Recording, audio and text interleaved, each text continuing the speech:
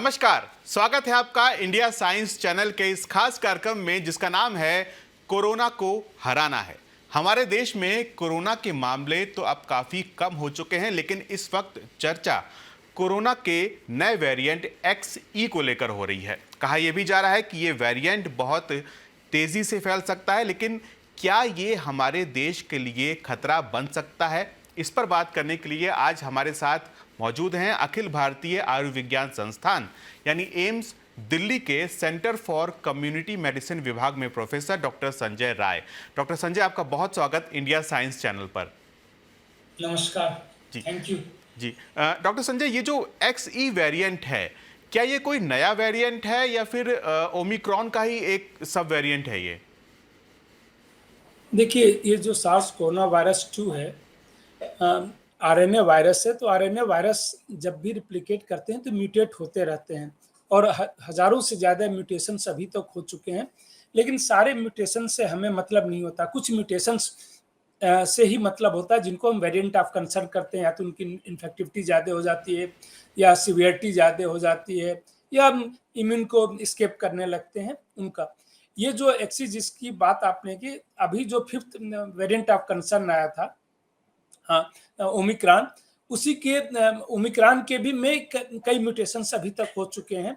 उनमें एक B1 और B2 जो लिनेज था, वो जो कंबाइन होके एक थर्ड टाइप के उसी की लिनेज है। तो ओमिक्रॉन की एक वैरायटी हम ये कह सकते हैं एक्सी में, जो अभी तक रिपोर्टेड है कि वह जो है थोड़ी सी इसकी इन्फेक्टिविटी ओरिजिनल ओमिक्रॉन से ज़्यादा है, क्योंकि ओमिक्रॉन की इन्फेक्टिविटी जो है डेल्टा वेरिएंट से ज़्यादा था। उसके पहले डेल्टा ही सबसे ज़्यादा हाईली इन्फेक्शियस था और इसीलिए उसने पूरी दुनिया में सारे वेरिएंट को रिप्लेस कर दिया था। जब ये नवंबर में 24 नवंबर को पहली बार ओमिक्रॉन रिपोर्ट हुआ था, उस समय तक पूरी दुनिया में 99% डेल्टा था। बट आज जो है मोर देन 90% जो है ओमिक्रॉन हो गया, उसने डेल्टा को रिप्लेस कर दिया। तो एक तरीके से देखा जाए तो ये अच्छा था, क्योंकि वह उससे डेल्टा से काफी माइल्ड वेरिएंट है, डेथ रेट इसमें बहुत ही कम है। और कोविड में या किसी भी बीमारी में डेथ ही मेन मैटर करता है। अगर माइल्ड डिजीज हो तो किसी को उससे कोई प्रॉब्लम नहीं होती। एक्सी का अभी तक ये नहीं है कि उसकी सीवियरिटी भी बढ़ गई है। एक्सी का जो भी अभी तक ग्लोबल एविडेंस आया है वो ये है कि इन्फेक्टिविटी ज़्यादा है। इन्फेक्टिविटी ज़्यादा है तो लोगों को होने का खतरा हो सकता है री इन्फेक्शन, या वैक्सीन लेने के बाद ब्रेक थ्रू इन्फेक्शन, जिसको हम बोलते हैं कि वैक्सीन लेने के बाद भी हो सकता है, खतरा हो सकता है इन्फेक्शन का। लेकिन सीवियरिटी एंड डेथ होगी, ज़्यादा होगी, इसका कुछ भी अभी तक एविडेंस नहीं है। क्योंकि अभी तक जो भी हमारे पास एविडेंस है कि जो लोग इम्यून हैं, या तो उनको वैक्सीन लग चुकी है या नेचुरल इन्फेक्शन हो चुका है, वह जो है बेटर प्रोटेक्टेड है सीवियरिटी और डेथ से। इन्फेक्शन से भले ही उतने प्रोटेक्टेड ना हो पाए। तो देख के ऐसा नहीं लगता कि बहुत ही अनलाइकली है कि एक्सी जो है हाई लेवल पे जो है इस कंट्री में कोई इम्पैक्ट डालने वाला है। एटलीस्ट कह सकते हैं वहां पे जरूर डाल सकता है जहां पे नेचुरल इन्फेक्शन नहीं हुआ। हमारी कंट्री में नेचुरल इन्फेक्शन रेट इतना ज़्यादा हो चुका है कि, और अभी ओमिक्रॉन से ही हुआ है, उसी का एक वेरिएंट ये है, उसी की एक भाई बहन हम कह दें कि ये है आपका एक्सी वेरिएंट जो है। तो इसलिए ऐसा नहीं लगता कि बहुत ही बड़ी प्रॉब्लम होनी चाहिए। जी जी, हाँ। आपका मतलब है कि ओमिक्रॉन की वजह से बड़ी संख्या में लोगों में पहले से एंटीबॉडीज हैं, तो चूंकि ये जी हाँ। ओमिक्रॉन का एक वेरिएंट है तो इसलिए इससे बहुत ज़्यादा खतरा हमारे देश को नहीं होना चाहिए। जी हाँ, देखिए, इसकी हमें बेसिक एपिडेमियोलॉजी को समझना पड़ेगा, क्योंकि हम लोग संक्रामक रोग देखते हैं। तो उसको जो बेसिक अंडरस्टैंडिंग है अभी तक 2 साल में इस वायरस के अगेंस्ट हमने काफ़ी एविडेंस जनरेट कर लिया है। शायद इतने एविडेंस जो है, इतने रिसर्च जो है किसी डिजीज़ के लिए नहीं हुए कि 2 साल में है। वो समय आ गया है कि हम उसका यूज़ करें। जो एविडेंस है कि जिनको अभी तक कोविड नहीं हुआ, वैक्सीन नहीं लगा, वह हमेशा जो है रिस्क पे ज़्यादा हैं। अगर कोई भी इन्फेक्शन होता है, डेथ होने की, सीवियरिटी होने की, जिनको कभी भी कोविड नहीं हुआ या कभी वैक्सीन नहीं लगा। जिनको वैक्सीन लग गया उनमें जो है अच्छा 80 to 90% जो है सीवियरिटी कम होता है। लेकिन जो वैक्सीन का ये है कि 6 to 9 मंथ में जो है उनकी जो है इम्यूनिटी जो है कम होने लग रही है, जो ग्लोबल एविडेंस है, इसलिए बूस्टर डोज दे रहे हैं। लेकिन अगर नेचुरल इन्फेक्शन हो जाता है तो लंबे समय तक प्रोटेक्शन है। अभी तक है कि जो एविडेंस है 20 महीने तक का डेटा रिलीज हुआ है या उस पे कि तब तक बेटर प्रोटेक्शन है। बेटर प्रोटेक्शन है मतलब सीवियरिटी और डेथ से। इवन अगर आप वैक्सीनेटेड अनवैक्सीनेटेड की कंपेयर करें तो 80 टू 90% वैक्सीनेटेड ग्रुप में सीवियरिटी और डेथ कम होती है, ह्यूज बेनिफिट है। लेकिन अगर आप वैक्सीनेटेड वर्सेस जो नेचुरली रिकवर्ड हुए हैं, जिनको एक बार इन्फेक्शन हो गया है, उनमें अगर डेथ की इसकी बात करें तो 10-20% और 50% नहीं, 1300% से लेके 2700% के बीच में वो जो है बेटर प्रोटेक्टेड हैं, जिनको एक बार नेचुरल इन्फेक्शन हो गया है। जिनकी डेथ होनी थी उनकी हो गई, लेकिन जो रिकवर्ड हैं तो इस और वो लंबे समय तक है। अभी तक तो 20 महीने का एविडेंस है, हो सकता है कुछ पब्लिकेशंस आए हैं, हाई इम्पैक्ट जर्नल में आए हैं, नेचर में था, पब्लिश था कि हो सकता है लाइफ लाइन इम्यूनिटी मिल जाए। तो ये हमारी पूरी दुनिया के लिए बहुत ही अच्छी खबर होगी कि जिस तरीके से ओमिक्रॉन फैला तो उसने एक बार सबको ही लगभग जो है मेजॉरिटी पॉपुलेशन को इन्फेक्ट कर दिया। जहां जहां इन्फेक्शन नहीं हुआ था वहां इस समय प्रॉब्लम कर रहा है, इवन ओमिक्रॉन भी प्रॉब्लम कर रहा है, जबकि वो हाईली वैक्सीनेटेड पॉपुलेशन है। जैसे साउथ कोरिया देख लीजिए, साउथ कोरिया में इवन 3 डोज में बूस्टर भी जो है 60% से ऊपर पॉपुलेशन को लग चुका है, फिर भी वहां ये प्रॉब्लम इस समय कर रहा है। जबकि अगर साउथ अफ्रीका की मैं बात करूं तो वहां सिर्फ 31% दोनों डोज मिला के ही लगा है, बूस्टर भी नहीं लगा। बट वहां प्रॉब्लम नहीं हो रही है क्योंकि वहां हाईली इन्फेक्शन रेट जो है इतना ज्यादा था। साउथ अफ्रीका ने जब अपना डाटा रिलीज किया था उसी समय नवंबर दिसंबर में कि उनके यहाँ इतना ज्यादा इन्फेक्शन हो चुका है कि शायद जो है अब उनके यहाँ ये प्रॉब्लम नहीं आएगी, और नहीं आई। आप देखिए तो साउथ अफ्रीका से ही ओमिक्रॉन शुरू हुआ था, बट ऑलमोस्ट केसेस जो है निग्लिजिबल हैं, बहुत ही कम है। डेथ न के बराबर हो रही है, बहुत ही कम हो रही है डेथ्स, जबकि साउथ कोरिया में बहुत ज्यादा हो रही है। पॉपुलेशन जो है साउथ कोरिया का 5 करोड़ के आसपास है, उसका 6 करोड़ के आसपास है। लेकिन वहां पे क्योंकि साउथ कोरिया में कभी अभी तक कोई वेव नहीं आई, तो इसलिए वहां पे जो है नेचुरल इन्फेक्शन नहीं हुआ था, तो लंबे ड्यूरेशन तक प्रोटेक्शन उनको नहीं मिल पाया है। तो हमारी कंट्री इस मामले में तो हम कहेंगे कि बेटर प्रोटेक्टेड है। जो आज तक एविडेंस है, साइंटिफिक जो भी एविडेंस है, उस बेसिस पे कहा जा सकता है कि हम काफी जो है मजबूत स्थिति में है। नेचुरल इन्फेक्शन भी हो चुका है, सबको वैक्सीन भी लग चुका है। कुछ बच्चों को भी कुछ स्कूलों में ऐसा देखने में आया है कि वहां पर कुछ कुछ बच्चों में इस तरह के संक्रमण देखने में आ रहे हैं, तो क्या ये चिंताजनक हो सकता है? नहीं, देखिए बच्चे जो सीरो सर्वे बताते हैं कि ऑलरेडी जो है हमारे बच्चे इन्फेक्ट हो चुके हैं, ठीक है। और दिल्ली का सीरो सर्वे बताता है कि 80% से ज़्यादा बच्चे जो है इसके पहले ओमिक्रॉन के पहले डेल्टा के बाद ही जो सीरो सर्वे हुआ था उसमें हो गए थे। दिल्ली में ओवरऑल पॉपुलेशन करीब 90% इन्फेक्ट हो गया था। तो ये री इन्फेक्शन हो सकता है, वो कभी भी हो सकता है, वैक्सीन लेने के बाद, नेचुरल इन्फेक्शन होने के बाद री इन्फेक्शन हो या ब्रेक थ्रू इन्फेक्शन हो, लेकिन सीवियरिटी डेथ नहीं हुई। बच्चों में तो ऐसे भी ये बहुत ही माइल्ड डिजीज है, अगर एक बार पहले भी नहीं हुआ है तो भी प्रॉब्लम क्रिएट नहीं करता है। ज्यादातर बच्चों में, मेजॉरिटी में कुछ प्रॉब्लम क्रिएट नहीं करता, बहुत ही बच्चों के लिए माइल्ड डिजीज है। और ऑलरेडी इन्फेक्टेड बच्चों में री इन्फेक्शन होना एक अलग बात है। री इन्फेक्शन तो लेकिन उससे प्रॉब्लम होगा, ये अभी तक कोई एविडेंस पूरी दुनिया से नहीं आया है, तो इसलिए हम नहीं मानते कि हमारी कंट्री में कुछ ऐसी घबराने की बात है।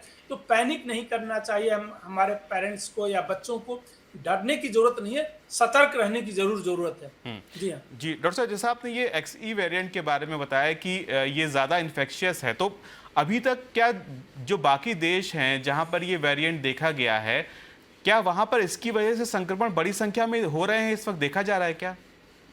जी हाँ, संक्रमण हो रहे हैं, लेकिन सीवियरिटी एंड डेथ उन कंट्री में जहां पहले संक्रमण हो चुका था वह नहीं हो रहा है, ठीक है। जहां पे संक्रमण पहले नहीं हुआ था वहां पे जो है थोड़ी सी सीवियरिटी है, सीवियरिटी काफी कम है, क्योंकि वैक्सीन अच्छी खासी सीवियरिटी रिड्यूस करता है, बट उतना रिड्यूस नहीं कर पाता जितना नेचुरल इन्फेक्शन से रिकवर्ड बंदे में मिलता है। कि अगर कोई किसी को एक बार इन्फेक्शन हो गया, वो रिकवर्ड हो गया, तो वो ज्यादा प्रोटेक्टेड है। जैसे आज की डेट में हम कह सकते हैं कि बेस्ट प्रोटेक्टेड पर्सन कौन है इस धरती पे, तो जिसको एक बार कोविड हो गया और वो रिकवर्ड हो गया, उसके बाद जिसको वैक्सीन लग गया वह रिकवर, और जिनको नहीं लगा वो हमेशा रिस्क पे हैं। तो वहाँ पे प्रॉब्लम ज़रूर हो रही है एक्सी से, या इसका जो B2 वेरिएंट था उससे जो है ओमिक्रॉन का ज़्यादातर अब जो है B1 को रिप्लेस करके B2 हो गया, या कुछ जगहों पे एक्सी हो रहा है। लेकिन अभी तक ये नहीं है कि जिनको ओमिक्रॉन हो गया था उनमें भी रीइन्फेक्शन एक्सी कर रहा है। इवन अगर करने भी लगे, कल एविडेंस आ जाएगा, मान लीजिए कि कर भी रहा है, तो भी सीवियरिटी और डेथ की प्रोबेबिलिटी बहुत ही कम है। साइंस में हम हमेशा प्रोबेबिलिटी की बात करते हैं बेस्ड ऑन एविडेंसेस, तो उसकी संभावना बहुत ही कम है कि ऐसा कुछ होगा, इवन अगर इन्फेक्शन होता भी है तो। जी, डॉक्टर साहब, क्या ये जो नए वेरिएंट आ रहे हैं, इसमें क्या जिनको इन्फेक्शन होता है उनके लक्षण भी कुछ अलग होते हैं? जैसे ये अगर एक्सी की बात करें तो क्या अगर किसी को संक्रमण होता है तो लक्षण वही ओमिक्रॉन वाले होंगे या कुछ अलग भी होते हैं? जहाँ तक एक्सी का है, ओमिक्रॉन का वेरिएंट है, वैसा ही है। जो शुरू में वुहान से चला था उससे आते आते काफ़ी चेंज हो चुका है ओमिक्रॉन में सिम्टम्स की अगर मैं बात करूँ तो। जैसे फीवर जो है सबसे प्रोमिनेंट सिम्टम हुआ करता था 60 से 80% लोगों में। ओरिजिनल वुहान जब स्ट्रेन था तो उसमें फीवर होता था, उसके बाद कफ होता था, लोअर रिस्पायरेटरी ट्रैक इन्फेक्शन भी होता था, मतलब निमोनिया ये सब डेवलप होते थे और उससे रिलेटेड सिम्टम्स आते थे। अभी जो है ओमिक्रॉन है, यह जो है अपर रिस्पायरेटरी ट्रैक में होता है, मतलब सांस की अपर पार्ट में होता है, नीचे नहीं जाता, लंग्स में उतना नहीं जाता, तो इसलिए निमोनिया जो है बहुत ही कम देखने को मिला है इसमें। तो यह बहुत ही बड़ा डिफरेंस है, क्योंकि उसी के कारण से सबसे ज़्यादा सीवियरिटी, ऑक्सीजन का डिमांड बढ़ जाना और जो डेथ हो रही थी उसका एक सबसे बड़ा कारण ये भी था हमारा निमोनिया होना, जो कि ओमिक्रॉन वेरिएंट आने के बाद से कम है।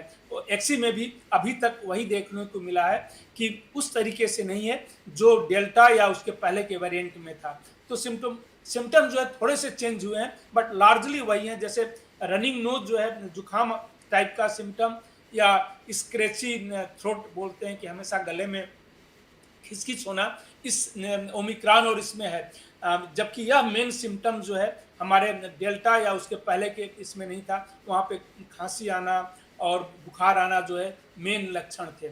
यह जो है मेन लक्षण जो है जुकाम टाइप के लक्षण जो है इसमें ज़्यादा हो गए हैं। जी हाँ जी, डॉक्टर साहब, ये तो चलिए एक राहत की बात है कि ये जो वेरिएंट है इससे गंभीर बीमारी जो है वो नहीं हो रही है, लेकिन हमारे देश में अगर हम बात करें तो मास्क को लेकर जो अनिवार्यता थी वो कुछ राज्यों में ख़त्म कर दी गई है, और वैसे भी अगर देखा जाए तो लोग मास्क का उतनी कड़ाई से पालन करते हुए दिखाई नहीं दे रहे हैं। तो ऐसी स्थिति में क्या किसी नए वेरिएंट का फैलने का खतरा ज़्यादा हो जाता है? देखिए, जो अभी तक हाईली इन्फेक्शियस जो वेरिएंट आता है तो सारा कुछ करने के बाद भी रोकना असंभव सा हो जाता है। आप इसकी एपिडेमियोलॉजी देखिए, जो ट्रेजेक्ट्री है, अगर सार्स कोरोना वायरस 2 का इस कंट्री में हम देखें तो हमने जो है पहला केस जो है 30 जनवरी 2020 को रिपोर्ट हुआ था। 3 स्टूडेंट्स जो है वुहान से आए थे, ठीक है। उसके बाद जो है 25 मार्च 2020 को हमारा लॉकडाउन लगा। उस समय टोटल केसेस जो है 600 से कम थे इस देश में। पर डे जो है 10-20 केसेस हो रहे थे और स्ट्रिक्ट लॉकडाउन था, सारा कुछ जो है बिल्कुल कर्फ्यू जैसा माहौल था। लेकिन ग्रेजुअली केसेस बढ़ते रहे। सितंबर 2020 में हम 1 लाख केसेस जो है पर डे पे पहुंच गए थे। और इसका मतलब ये नहीं है कि शुरू में हम मास्क पहनते थे और सितंबर में अचानक मास्क छोड़ दिए, और फिर सितंबर 2020 से फरवरी 2021 तक देखिए तो ग्रेजुअल डिक्लाइन होता रहा, मतलब केसेस कम होते गए, और वह जो है आपके जो है लेस देन 10,000 पे फरवरी 2021 में हम पहुंच गए थे। तो जब फरवरी 2021 में हम पहुंचे थे तो इसका मतलब ये नहीं हुआ कि उस समय हम मास्क सभी लोग पहनना शुरू कर दिए थे इसलिए हो गया। आप कंट्री के बाकी हिस्से में जाके देखिए, दिल्ली, मुंबई, मेट्रो सिटी छोड़ दीजिए। मैं यूपी से बिलोंग करता हूं, मैं गांव जाता था, मैं मास्क पहनता था तो कई लोग मुझसे कहते थे क्यों डॉक्टर साहब डराने आ गए हैं हम लोगों को। तो क्योंकि ऑलमोस्ट लेस देन 1% का ये था, फिर भी जो है केसेस डिक्लाइन हो रहे हैं। तो उसका एक साइंटिफिक बेसिस होता है कि उस वेरिएंट से, पार्टिकुलर उस वेरिएंट से जो है इम्यूनिटी मिल गई। सडन जो है उससे हाईली इन्फेक्शियस अल्फा आया और डेल्टा आ गया, जो हमारे पास मार्च में और अप्रैल में 2021 में 4 लाख केसेस पुनः जाने लगे। और फिर जो है वो धीरे धीरे ग्रेजुअल डिक्लाइन होता गया। इस साल फिर जनवरी दिसंबर तक, मतलब अचानक जो है दिसंबर में फिर केसेस बढ़ने शुरू हुए। जनवरी में फिर हम पीक गए, 3 लाख के आसपास चले गए, और फिर इस समय 2000 से भी कम केसेस हो गए हैं। तो ऐसा नहीं है कि जब डिक्लाइन हो रहा है तो सभी लोग उस समय मास्क पहन रहे हैं। जब भी हाईली इन्फेक्शियस वेरिएंट आता है तो बहुत ही असर नहीं पड़ता, यह डिले कर देता है। बट इन्फेक्शन जो है जिस तरीके से पर्सन टू पर्सन फैलता है, एयरबॉर्न इन्फेक्शन है, इसको रोक पाना असंभव है, और अब तो पूरी दुनिया में हो गया। जिन कंट्री ने सब कुछ लॉकडाउन और सब कुछ करके 2-2 साल तक, साउथ कोरिया जिसका मैं एग्जांपल दे रहा था कि इस समय कोहराम मचा हुआ है पिछले 3 महीने से, वहां पे 1000% से ज्यादा नंबर ऑफ केसेज हो रहे हैं और डेथ्स हो रही हैं, जबकि हाईली वैक्सीनेटेड पॉपुलेशन है। तो हमें इसका साइंटिफिक बेसिस समझना चाहिए। ये डिले करता है बट रोक नहीं पाता। तो अभी जो वेरिएंट आएंगे उसको मॉनिटर करते रहना सरकार की तरफ से हम लोगों को ज़्यादा ज़रूरी है। उसका जेनेटिक सीक्वेंसिंग करते रहें, हम अपने सर्विलेंस सिस्टम को स्ट्रेंथन करें, वह ज़्यादा इम्पॉर्टेंट है। और जब ज़रूरत हो, अगर ज़रूरत ना हो और हर समय हम किसी भी स्ट्रेटजी को कहते रहेंगे तो फिर जब ज़रूरत हो तो लोग उसको फॉलो नहीं करते, क्योंकि 2 साल से फॉलो करते करते थक गए हैं। तो जो हाई रिस्क ग्रुप पे लोग हैं उनको तो अभी भी फॉलो करना चाहिए पूरा, बट बाकी पॉपुलेशन को चूंकि इतना इन्फेक्शन हो चुका है कि, और जो लोग रिस्क पे बहुत ज़्यादा नहीं है, जिनको सीवियरिटी और डेथ होना है, ऑलरेडी वैक्सीन ले चुके हैं, उनको इन्फेक्शन हो चुका है, तो उसको बहुत ही बड़ा बेनिफिट देने वाला है। साइंटिफिक बेसिस पे ऐसा नहीं है। जी हाँ जी डॉक्टर साहब, अब बूस्टर डोज या प्रिकॉशनरी डोज जो है वो भी अब 18 साल के ऊपर के लोग के लिए अलाउ कर दिया गया है। क्या इससे भी आने वाले किसी वेरिएंट से हमें बेहतर सुरक्षा मिलेगी? देखिए, जो बूस्टर डोज और ये देते हैं कि एग्जिस्टिंग इम्यूनिटी को हम बूस्ट करते हैं, वह डिपेंड करता है कि आने वाला वेरिएंट कैसा बिहेव करता है, उस पर डिपेंड करेगा। पहली बात तो ज़्यादातर कोई भी वैक्सीन, 30 से ज़्यादा वैक्सीन जो है पूरी दुनिया में अप्रूव्ड हो चुकी हैं। 30 तरह की वैक्सीन जो है अप्रूव हो चुकी हैं, और लेकिन इन्फेक्शन को रोकने में उतनी कारगर नहीं है। तो किसी वेव को, पहली बात, किसी भी वैक्सीन इस सबसे रोक पाना मुश्किल होता है। नहीं तो साउथ कोरिया में या अभी सिंगापुर में वेव्स नहीं आए होते। हाँ, उसका इम्पैक्ट कम हो जाता है, सीवियरिटी और डेथ कम हो जाती है, वैक्सीन का जो बेनिफिट मिलता है यह हो जाती है। अगर ससेप्टेबल पॉपुलेशन है तो वहाँ ज़्यादा डेथ होगी, मतलब ससेप्टेबल का मतलब है कि उनको वैक्सीन नहीं लगा है या उनको इन्फेक्शन नहीं हुआ है उस पॉपुलेशन में, तो वहाँ सीवियरिटी और डेथ होने की संभावना हमेशा ज़्यादा रहेगी उस जगह पे जहाँ या तो पूरी की पूरी वैक्सीन लग चुकी है या पूरा का पूरा जो है लोगों को इन्फेक्शन हो चुका है। जैसे अफ्रीका कंट्री में कुछ कंट्री हैं 2-3% ही वहाँ पे जो है वैक्सीन अभी तक लग पाई है, आज की डेट तक भी 3%। नाइजर में बहुत कम है, बुर्किना फासो में कम है, तो इन कंट्रीज में बहुत ही कम लगी है। बट फिर भी जो है केसेस जो है बिल्कुल जीरो के आसपास पहुंच गए, क्योंकि काफ़ी ज़्यादा इन्फेक्शन हो गया है। वहाँ की हेल्थ मिनिस्ट्री ने भी कहा है कि हमारे यहाँ ओमिक्रॉन आया और उसने जो है सबको इम्यूनिटी दे दिया, इसलिए शायद हमारे यहाँ जरूरत नहीं है। तो अगर उन लोगों में जरूर कुछ फायदा हो सकता है इससे, जो कुछ लोग अभी भी बचे हुए होंगे जिनको इन्फेक्शन नहीं होगा, बूस्टर डोज देने से उनको फायदा होगा, क्योंकि वैक्सीन एसोसिएटेड ये जो है 6 to 9 मंथ ही रह रहा है इम्यूनिटी जो है जी। लेकिन हमारी कंट्री में ज़्यादातर पॉपुलेशन को जो है ऑलरेडी इम्यूनिटी मिल चुकी है नेचुरल इन्फेक्शन से। अब जो है बूस्टर का कितना इफेक्ट होगा यह समय बताएगा, बट ओवरऑल अगर मैं ये देख के कहूँ तो शायद उतना इम्पैक्ट बूस्टर का नहीं आने वाला है अभी इस समय, क्योंकि हमारे पास कोई एविडेंस नहीं है कि कम्युनिटी लेवल पे हमारी इम्यूनिटी कम हो गई है जिसको अभी बूस्ट करने की जरूरत है। क्योंकि इम्यूनिटी कम होती तो केसेस बढ़ते रहते, केसेस जो है ग्रेजुअली डिक्लाइन करते हैं, थोड़े बहुत फ्लक्चुएशन होते रहेंगे, अगले 30 साल तक होते रहेंगे। इस रिस्पायरेटरी डिजीज इतनी जल्दी खत्म नहीं हो जाती। हमें ये सोचना मानना चाहिए कि इस वायरस के साथ ही हमें जीना है, ये इतनी जल्दी खत्म नहीं हो जाएगी कि 2 साल 4 साल और 5 साल में हम इसको खत्म कर देंगे। शायद अगर कोई खत्म करने की बात सोचता भी है तो वो समझ से परे है। आज तक इतनी अच्छी वैक्सीन होने के बावजूद मिजल्स को हम नहीं खत्म कर पाए। एक बार किसी को मिजल्स हो जाता है तो पूरी लाइफ के लिए इम्यूनिटी डेवलप हो जाती है। एक बार वैक्सीन हम किसी को दे देते हैं तो वह जो है पूरी लाइफ के लिए इम्यूनिटी दे देता है, सिंगल शॉट जो है उसमें। वह रिस्पायरेटरी डिजीज उसको हम तो आज तक खत्म नहीं कर पाए। तो इस टाइप की जो रिस्पायरेटरी डिजीज जो पर्सन टू पर्सन फैलते हैं, जो हाईली इन्फेक्शियस होते हैं, उनको इन्फेक्शन को खत्म नहीं किया जा सकता है। हाँ, उसके इम्पैक्ट को कम किया जा सकता है। तो ग्लोबल एविडेंस जो है उस बेसिस पे हमें बात करना चाहिए, और शायद इसीलिए सरकार ने कि अपने स्वेच्छा से कि अगर आपको लेना है, वॉलंटरी है, तो आप ले लें, चाहे वो प्राइवेट सेक्टर के थ्रू ले लें। जो बूस्टर डोज हम 18 साल से ऊपर को दे रहे हैं, इसी सोच के कि नीड नहीं भी है, फिर भी कुछ लोगों को लगता है कि नहीं उनको जरूरत है, तो वह ले सकते हैं। जी डॉक्टर साहब, इसके अलावा नेज़ल वैक्सीन भी आने वाली है, और अब जब हम बूस्टर डोज के लिए इजाज़त मिल गई है, तो आपको लगता है कि नेज़ल वैक्सीन जब आ जाएगी तो वो इसमें एक बड़ी भूमिका निभा सकेगी? जी हाँ, हो सकता है निभाए। देखिए, अभी हम उसका क्लिनिकल ट्रायल कर रहे हैं, तो मैं उस बारे में अभी उसकी रिपोर्ट कुछ शेयर नहीं कर सकता, क्योंकि वो कॉन्फिडेंशियल है, ठीक है। लेकिन अगर उसने म्यूकोजल प्रोटेक्शन दिया कि इन्फेक्शन को रोकने में भी कारगर हो गया, तो शायद वो एक बहुत ही बड़ा ब्रेक थ्रू होगा पूरी दुनिया के लिए, कि वह एक अच्छी खबर हो सकती है। क्योंकि ये वैक्सीन जो है सिवियरिटी डेथ तो कम कर रहे हैं, लेकिन इन्फेक्शन को नहीं रोक पा रहे हैं। वैक्सीनेटेड ग्रुप में वैसे ही इन्फेक्शन हुआ जितने अनवैक्सीनेटेड ग्रुप में हुआ। तो हाँ, फायदा रहा कि वैक्सीनेटेड ग्रुप में सिवियरिटी डेथ कम हुई और अच्छी खासी कम हुई। हो सकता है नेजल वैक्सीन जो है यह प्रोटेक्शन दे आपको, कि म्यूकोजल इम्यूनिटी दे दे, तो इन्फेक्शन होने का खतरा भी कम हो जाएगा।